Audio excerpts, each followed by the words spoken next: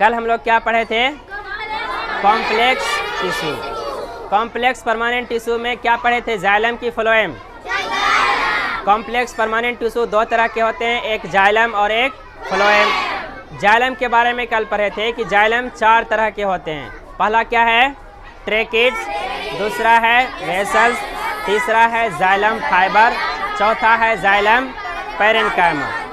जो जाइलम होता है वो मृत कोशिका का बना होता है, यानी कि डेड सेल्स का बना होता है। उसमें लिविंग सेल या जीवित कोशिका मौजूद नहीं होते हैं। दूसरी बात कल ये भी बताए थे कि इसे कॉम्प्लेक्स परमानेंट टिश्यू क्यों कहते हैं।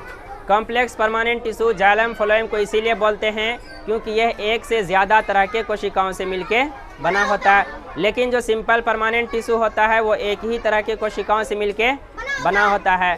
इसीलिए मेरिस्टेमेटिक टिश्यू को या एपिकल, लेटरल, इंटरकैलरी जो भी हो, और पैरेन्काइमा, कोलेन्काइमा, स्क्लेरेन्काइमा, इस सब को क्या बोलते हैं? सिंपल परमानेंट टिश्यू, क्योंकि ये सभी एक ही तरह के कोशिकाओं से मिलके बना होता है।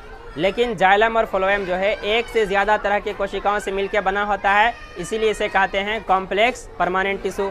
कॉम्प्लेक्स परमानेंट टिश्यू को 2 भागों में बांटे थे, एक था जाइलम, एक था फ्लोएम। फिर जाइलम को फर्दर 4 टाइप्स में डिवाइड किए थे। पहला क्या था?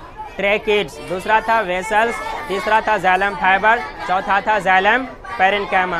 कल हम लोग ट्रेकिड्स के बारे में पढ़ चुके हैं कि ट्रेकिड्स का जो सेल होता है वो नुकीला होता है, लंबा होता है, दोनों सिरों पे क्या होते हैं? नुकीले होते हैं, और इसमें जीव द्रव मौजूद नहीं होता है, यानी कि जीव द्रवहीन होते हैं। साइटोप्लाज्म इसमें मौजूद नहीं होता है और इसकी कोशिका डेड होती है। इतना हम लोग कर पा चुके थे और पढ़े थे कि ये काम क्या करता है? पौधों को मैकेनिकल सपोर्ट प्रोवाइड करता है। और दूसरा काम पढ़े थे कि ये जड़ से लेके पत्तियों तक तने के ज़रिए पानी का क्या करता है? संचालन करता है, पानी को पहुंचाने का काम करता है।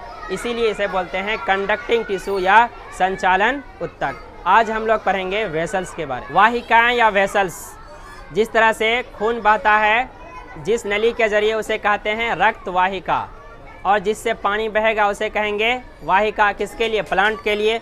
वेसल्स की कोशिका भी लंबी होती है, डेड होती है, और क्या होता है? ये इलोंगेटेड होता है, इसमें भी जीव द्रव मौजूद नहीं होता। वेसल्स का काम होगा पौधों को मैकेनिकल सपोर्ट यानी कि यांत्रिक सहायता देना, और इसके साथ साथ ये जल को क्या करेंगे? जड़ से कहाँ पहुँचाएंगे? छिप तक कहो या पत्तियों तक। छिप में भी क्या होगा? पत्ती। जो वेसल्स होते हैं उसके सेल्स कैसे कैसे होंगे? वलयाकार हो सकते हैं, जिसे इंग्लिश में क्या बोलते हैं?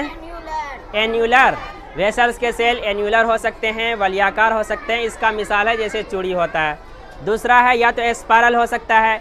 एस्पायरल मतलब स्प्रिंग की तरह ऐसे घूमते घूमते नीचे आ गया, एस्पायरल हो सकता है। तीसरा क्या बताए? सीढ़ीनुमा हो सकता है, ऐसे ऐसे स्टेप बाय स्टेप। ये एक होता है पिटेड। पिटेड मतलब गड्ढा होगा, गड्ढे के जैसा स्ट्रक्चर मौजूद होगा, धंसा होगा, फिर उठा होगा, फिर धंसा होगा, इसे क्या बोलेंगे? पिटेड। इस तरह के स्ट्रक्चर मौजूद होते हैं या इस तरह के होते हैं वेसल्स के सेल। किसके सेल्स होते हैं? वेसल्स के सेल। वेसल्स किसका एक एग्जाम्पल है? जाइलम का। जाइलम कैसा टिश्यू है? सिंपल परमानेंट कि complex permanent? Complex permanent tissue का। कॉम्प्लेक्स परमानेंट टिश्यू क्यों बोलते हैं?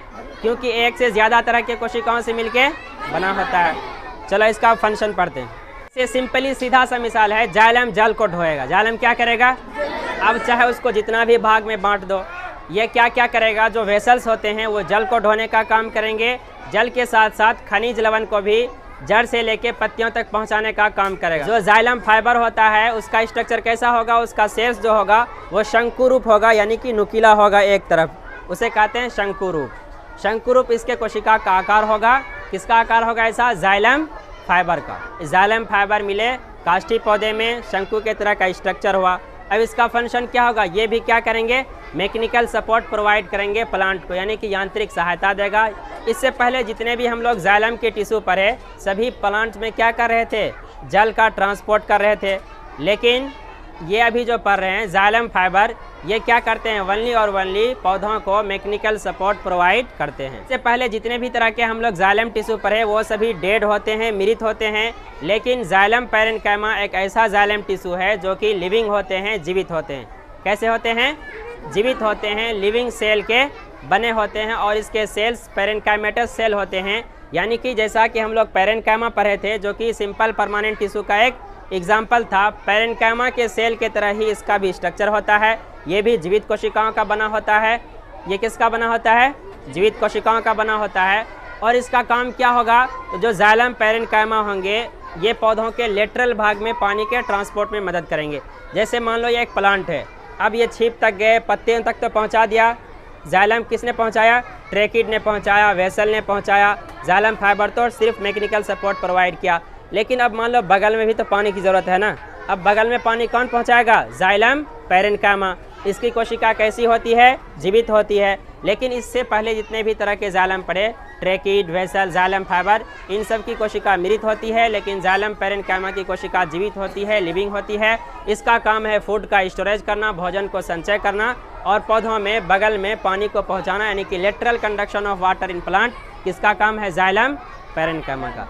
इस तरह से हम लोग पढ़ चुके जाइलम टिश्यू के बारे में, xylem fibre, xylem parenchyma, tracheids और वेसल। इस तरह से यहीं पे जाइलम की कहानी खत्म होती है।